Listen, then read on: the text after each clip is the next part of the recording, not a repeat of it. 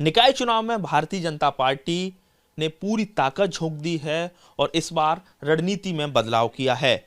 और ऐसे में वो नगर निकाय जहां मुस्लिम मतदाताओं की संख्या 80 या 80% से ज्यादा होगी, वहां पार्टी मुस्लिम कैंडिडेट उतारेगी।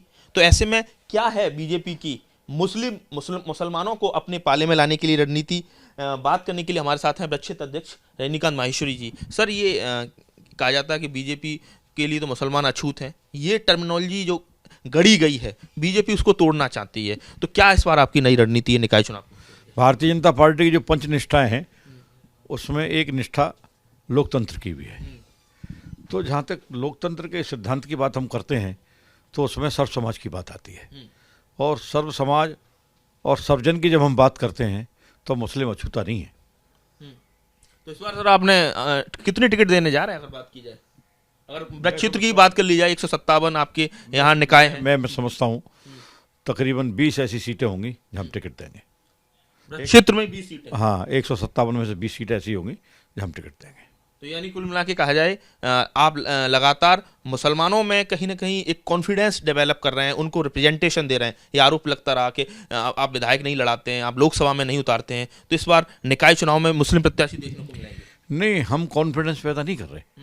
कॉन्फिडेंस तो उनके अंदर पैदा हुआ है और वे स्वयं भारतीय जनता पार्टी के प्रति अपना आभार और अपना विश्वास प्रकट कर रहे हैं, और भारतीय जनता पार्टी में प्रत्याशी होकर उन्होंने आवेदन कर रहे हैं। तो इसका मतलब क्या है कि वो आश्वस्त हैं। आवेदन खूब आ रहे हैं? हाँ, खूब आवेदन आ रहे हैं, माइनॉरिटी के आवेदन आ रहे हैं। लगातार आप पसमानदा सम्मेलन कर रहे हैं और बीजेपी की तरफ से कहा गया है कि सभी नगर निगमों में भी पसमानदा सम्मेलन होंगे। नहीं, क्यों नहीं करनी चाहिए, अच्छी बात है। तो कुल मिला के आपको लगता है कि भाईजान वोट करेंगे? नहीं, भाईजान की जहाँ सीट है वहाँ उनको सम्मान भी देंगे। सम्मान भी देंगे? हाँ। चुनाव भी लड़ाएंगे? चुनाव भी लड़ेंगे। तो आपको लगता है कि इस बार नगर निकायों में आप उनको बड़ी संख्या में टिकट देने वाले हैं? जहाँ 80% या 80% से अधिक माइनॉरिटी का वोट है वहाँ इस बात पर हम चिंता कर रहे हैं और विचार कर रहे हैं, और वहाँ से बड़ी संख्या में आवेदन आ रहे हैं। उनका विश्वास भारतीय जनता पार्टी के प्रति बढ़ रहा है, और उनका कहना है कि भारतीय जनता पार्टी के अतिरिक्त अन्य कोई ऐसा राजनीतिक दल नहीं है जो न्याय की बात करता हो या राष्ट्रहित की बात करता हो। लाभार्थियों में भी बड़ी संख्या में मुसलमान हैं, खासकर पसमानदा वर्ग के। तो बीजेपी उन लोगों को भी कहीं ना कहीं अपने कॉन्फिडेंस में लेने में लगी हुई है। भाई, प्लस 50% जो वोट मिल रहा है हमको, 51-52% वोट मिल रहा है, इसीलिए तो मिल रहा है। यहाँ लाभार्थी इस बात को एहसास कर रहे हैं कि भारतीय जनता पार्टी के कारण ही उनका विकास हुआ है। तो सबका साथ, सबका विकास, सबका विश्वास पार्टी का अंतर्मन की बात है। सबका साथ है, सबका विश्वास है, सबका विकास हैं।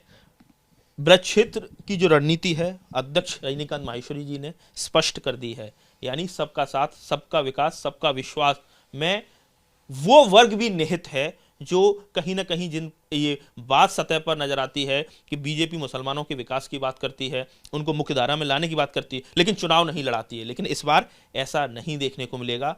वो नगरीय निकाय जहां 80 या 80% से ज्यादा मुस्लिम मतदाता हैं, वहां भारतीय जनता पार्टी मुस्लिम प्रत्याशी उतारेगी। और करीब ब्रज क्षेत्र की बात की जाए तो 157 में करीब 20 ऐसे नगरीय निकाय हैं जहां बीजेपी मुस्लिम प्रत्याशी उतारने जा रही है। तो कुल मिला के भाईजान को मुख्य धारा में, उनको पार्टी में स्थान देने के लिए, रिप्रेजेंटेशन देने के लिए बीजेपी की ये नई रणनीति सामने आई है। आगरा से नितिन उपाध्याय, एबीपी गंगा।